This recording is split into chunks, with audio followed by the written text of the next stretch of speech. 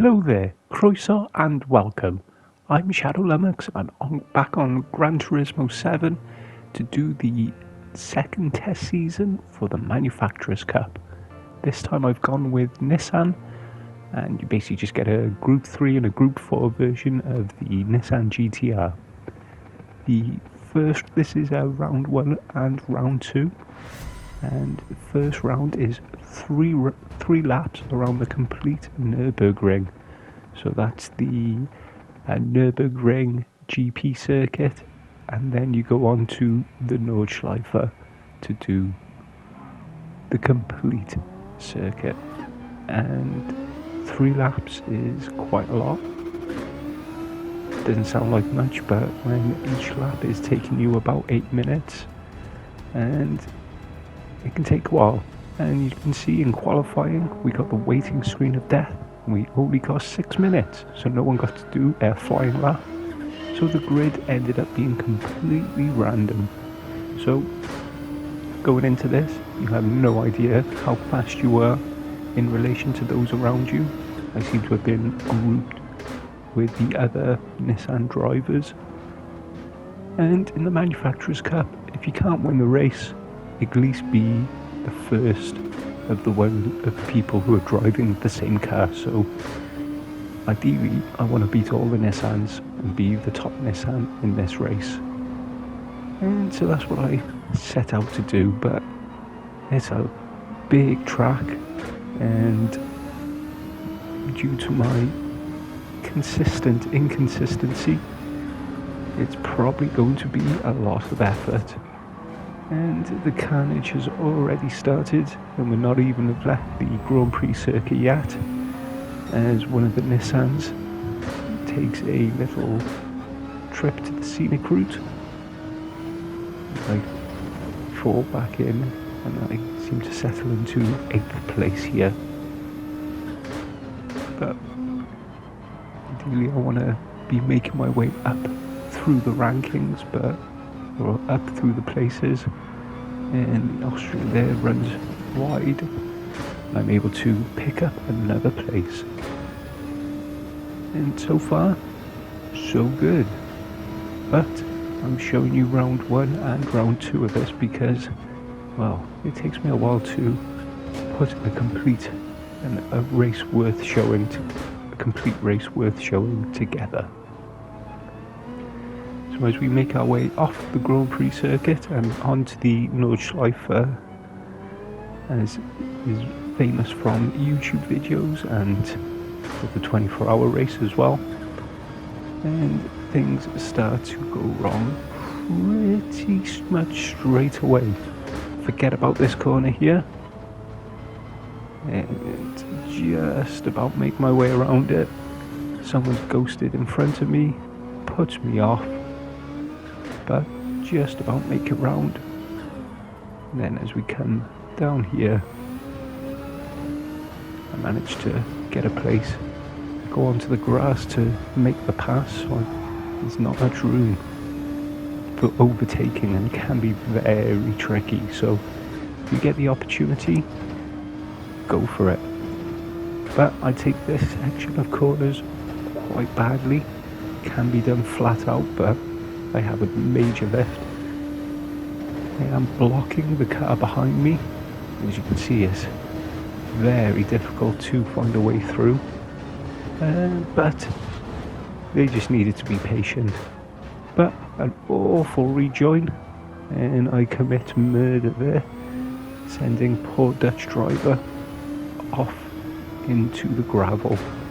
But it saved me, and I managed to get away with it without penalty. But karma does remember these sort of things, and that will come back to bite me later on. But after that though, that's the beginning of my downfall. Mistake after mistake after mistake. Once I have one off-track moment, it just seemed to lead to more and more. And then what I find myself doing is pushing too hard to try and make up the deficit that I've just lost. And because of the circuit, because I don't know it that well, you have moments like this where I just forget what sort of corner's coming up, and while there isn't true damage in Gran Turismo, there is a temporary damage, and if you look at the bottom left, you can see my left front wheel and the bumper are flashing red. And this is causing my steering to pull for a little bit, but it will eventually clear up.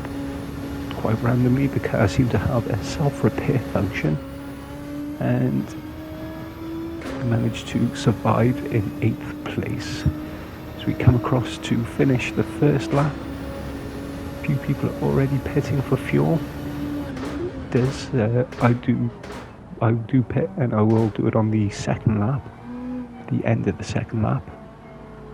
But I'm pretty sure it can be done without any pit stops. But I'm using a controller. I'm not quite comfortable using the D-pad while I'm racing to set my fuel maps, so I just leave it in power mode, and I'm using just short shifting just to try and save fuel. I actually managed to make a semi-decent overtake there and then blow it almost immediately, allowing the Austrian driver to get by. And I just settle in. Don't really want to try and push, but as you can see, I've already lost a bit of time. And then once again, I forget about this corner, and then this time the damage is even more severe. If you look at the bottom left, you can see that my engine is flashing this time, and I'm going significantly slower. So you can just see that gap to 8th just getting ever larger, and the gap to 10th getting ever smaller. That poor, unfortunate and innocent bystander from the beginning of the race is making their way back to me, and by the time everything, my damage repairs itself, I've been overtaken. But I'm able to keep up. But as I said, karma does have a way of remembering the things you've done. So as the other Nissan has an off-track moment and I make my overtake, I'm slapped with a 4-second penalty for colliding with another car. Even though they were off track and having their own little spin, followed by a rage quit, karma decided to bite me in the behind. I've been slapped with this penalty, which I will serve on the main straight, and that is quite devastating. You lose a lot more than 4 seconds, but it doesn't matter too much because I'm going off track a lot anyway. And as we can see here, once I hit the penalty zone, just 4 seconds of no power. And if you look at the times on the left, you'll see the South African just quickly catching up with me, and they'll fly by any moment now, and you're basically losing speed all the way down the straight. Tuck into the slipstream, try to claw back some speed, but we're coming up to the end of the second lap now, so time for pit. It's time to refuel, and hopefully I've managed to do a little bit of fuel saving to help me. Very dodgy pit entry there, but as you can see, my fuel saving is not that great. In fact, there is someone just behind me who's done much better. And as we get the excessively long pit stop animation, as we wait for my car to trundle down the pit, nice quick change of tyres, quick refuel. The little diamond there on that fuel bar is letting me know how much fuel I need to complete a lap, and what I really should have done was try to fuel just under it, and again using short shifting That's changing up a gear before I need to save fuel. But exit the pit, and I decide to go into the gravel instead of following the track. So that's a promising start to my final lap. What has been a very disappointing race. I do manage to, and as we come out here off the final corner onto the main straight, I am slowly but surely catching the driver in 10th. Is there any possibility that I can make up one place? As I've just been slowly falling backwards since the opening lap. I make my move here as we get to the little kink. That can be done flat out, but it's dodgy at the speed. It feels dodgy anyway. As I able to just about take these corners, and it's a horrible exit, but just enough for me to hold on to a glorious 10th place. I wasn't happy with that, so went right back in for another race. Someone's already had enough and spinning at the beginning of qualifying, but at least this time we've given enough time to do a flying lap. And I set a time of 8 minutes 50, which is, well, quite poor. The top times are almost 8 minutes dead. It's like 8-minute 1. So yeah, time of 8 minutes 50 just isn't really good enough, but fortunately I seem to be paired with a group that are roughly around the same level as me, but thanks to the roulette system of whether you do get to take part in a race, there's only 6 of us. But excellent start from me, getting a track limit penalty from the very first corner, but I stick with it and I actually get myself into the lead. Aston Martin there, getting their elbows out, but I'm having none of it. So I force my way through there at the inside, and I'm going on to the Nordschleife in first. But that doesn't last long. And as if you can identify this part of the track, this is right at the beginning. This is just straight up awful. And very, very quickly, I'm right at the back. And that's pretty much how it stays, save for mistakes from other people that do help redeem me. But even then, it's not long before I make my own mistake, just to give the places back anyway. I stick with it though.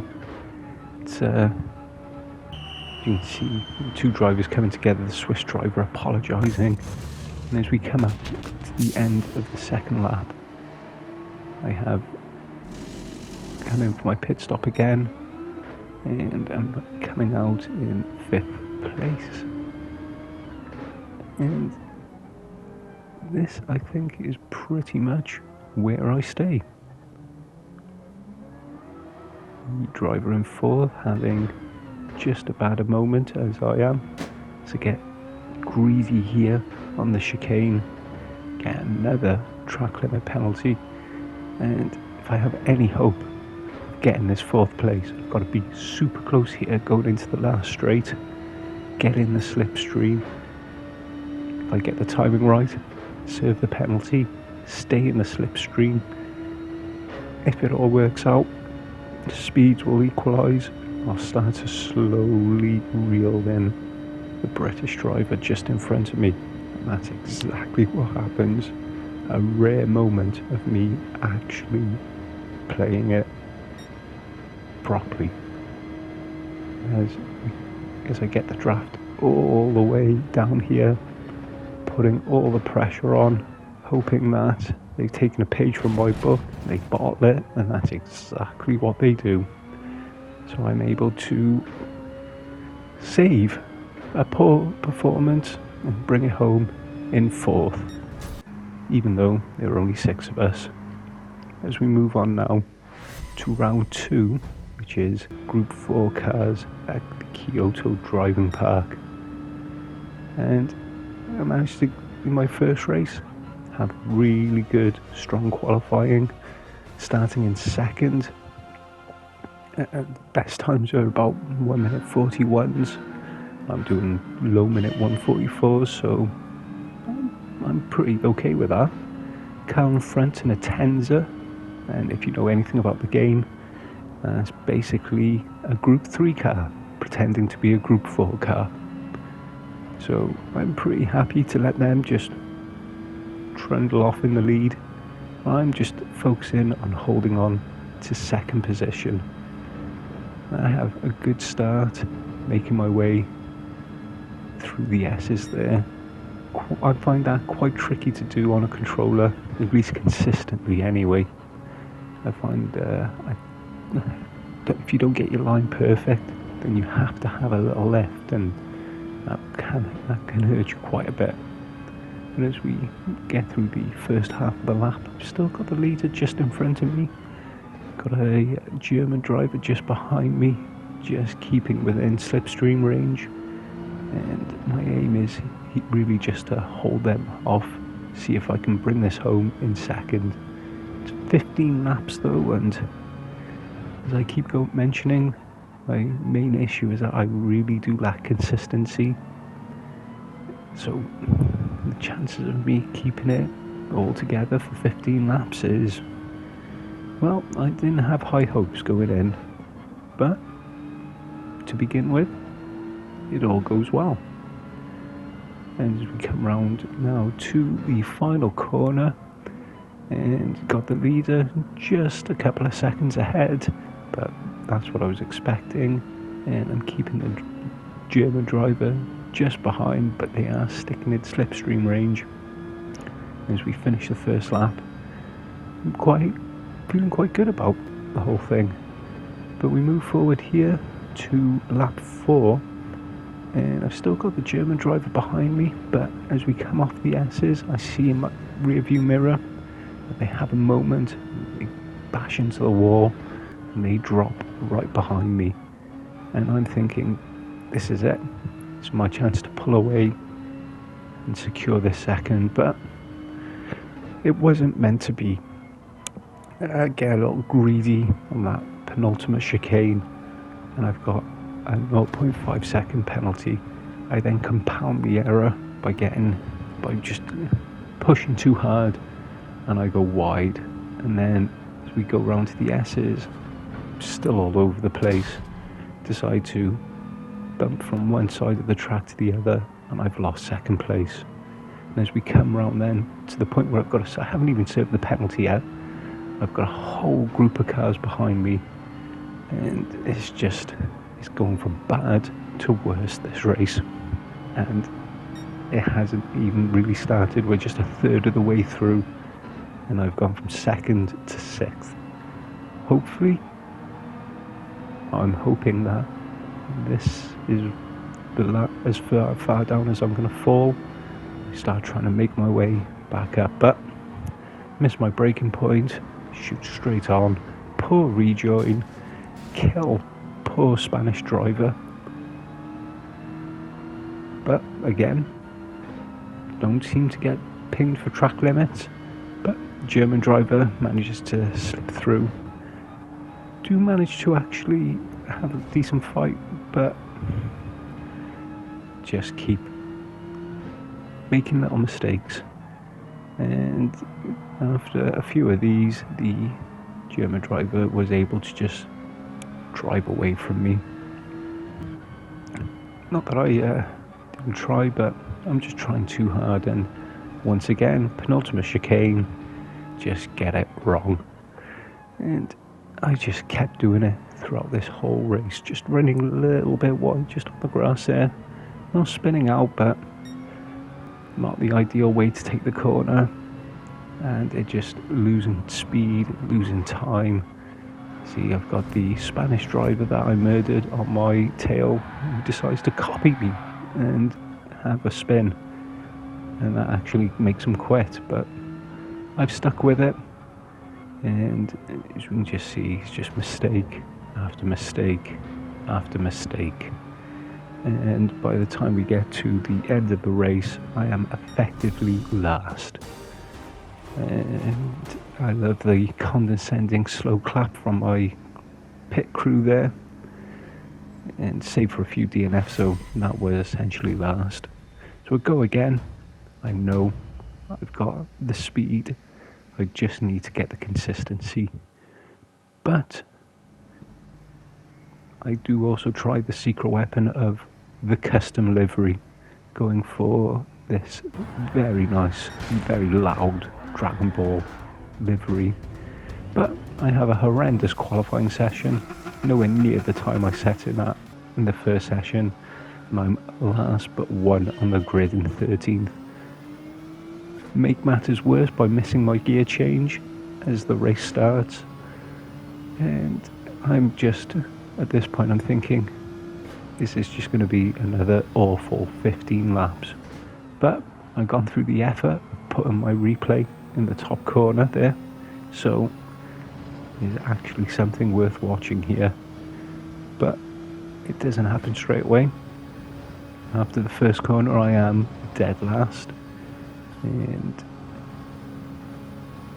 I'm just, you find yourself wondering at these sort of points, is like, is it worth carrying on? 15 laps is half-hour race, and if things are going this bad, is it worth sticking with it?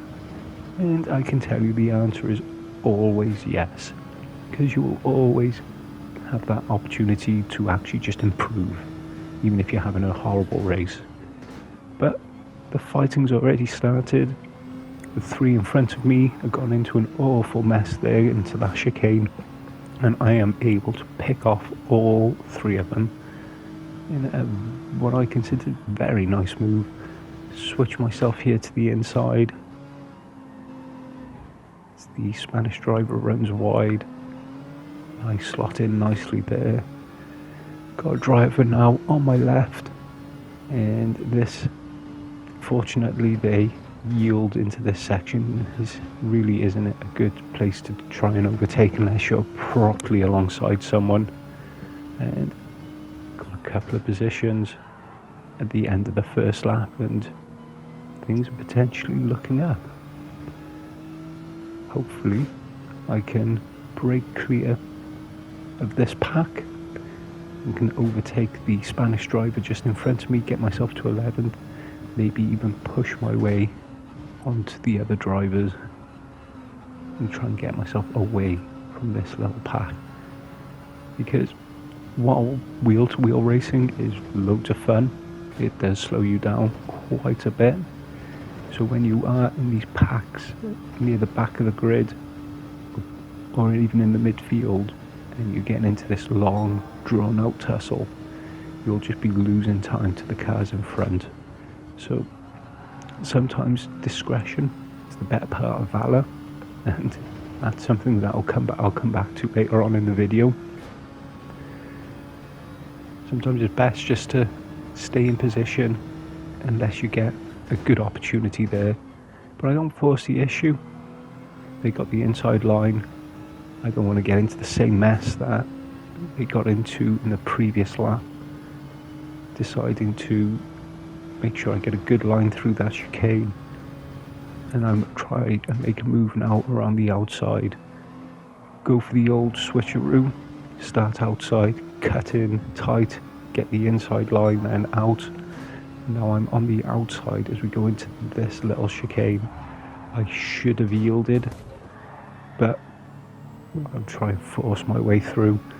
But this just allows the Atenza then to catch back up as we briefly go 3 wide going into the final corner, which was never going to work. And as the driver on the outside, I went into my rightful place, which was in the grass.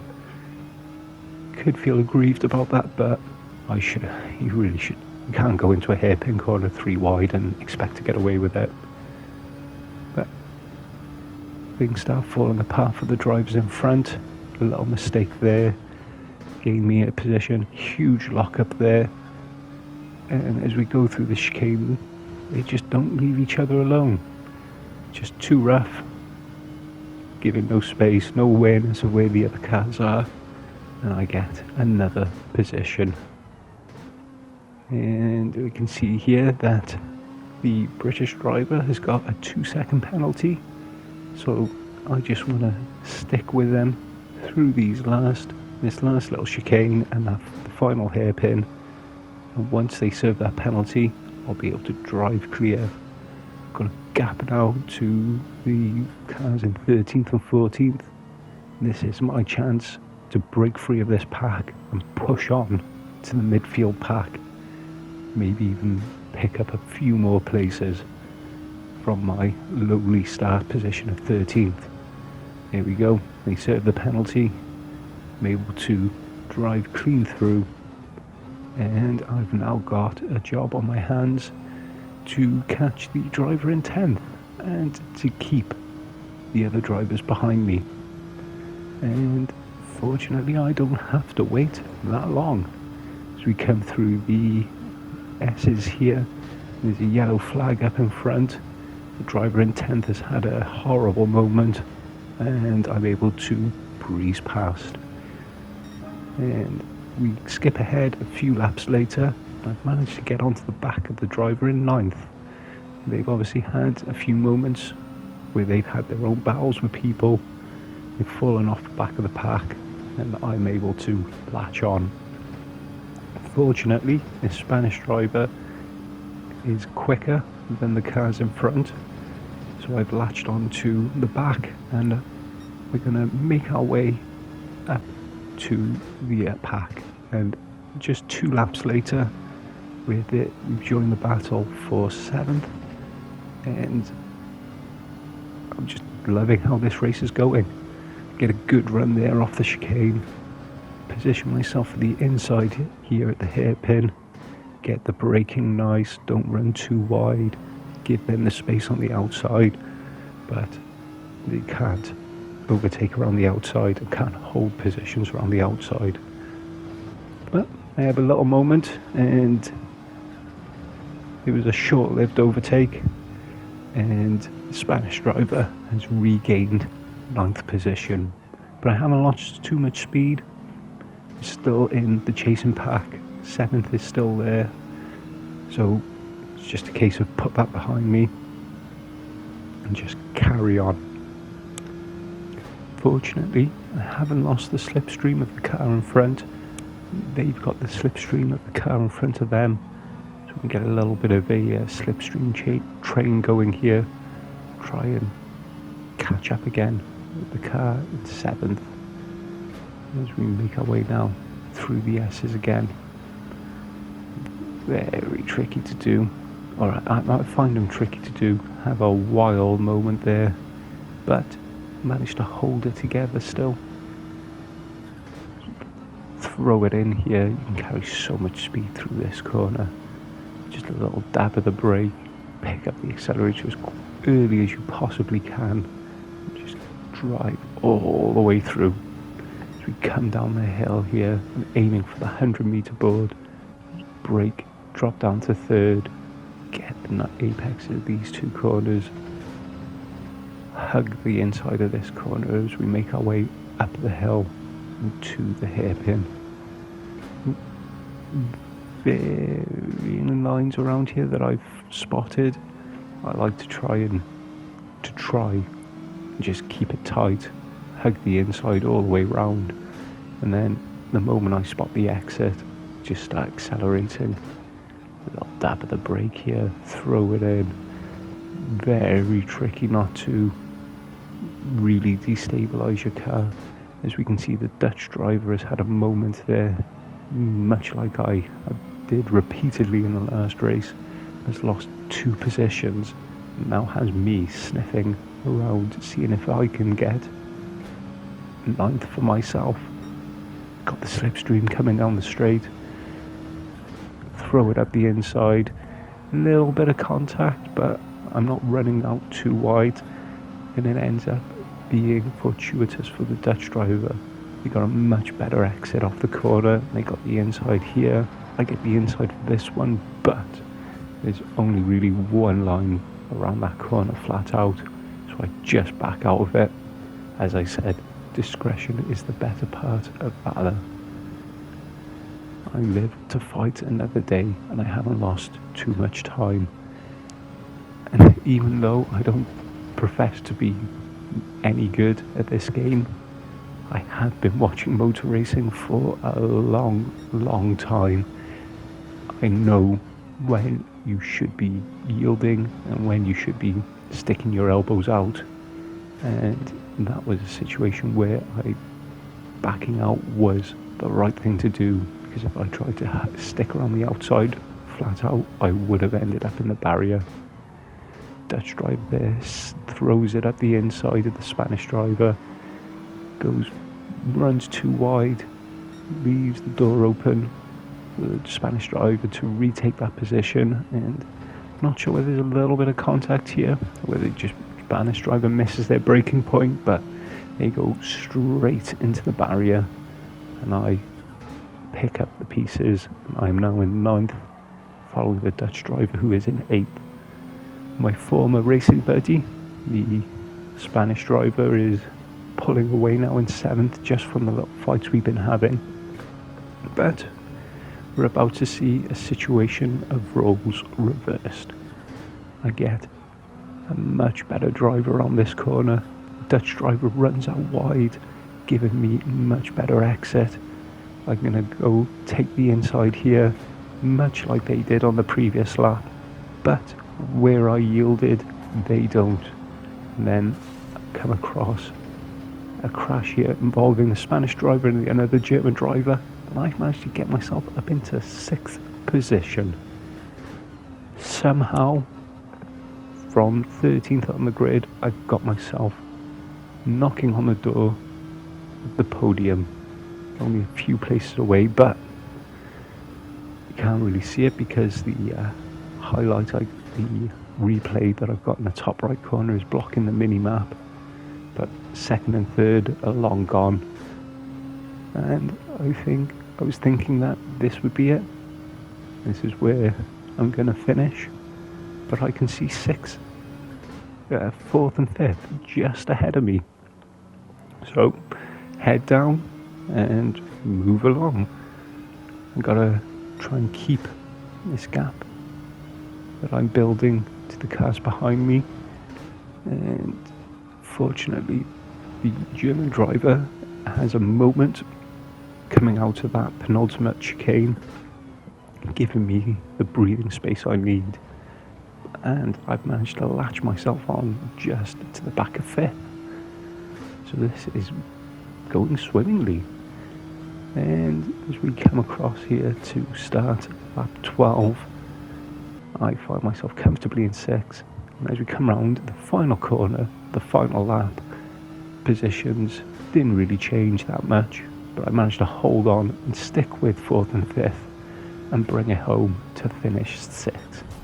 A fantastic race for me, up 7 positions after that horrible qualifying.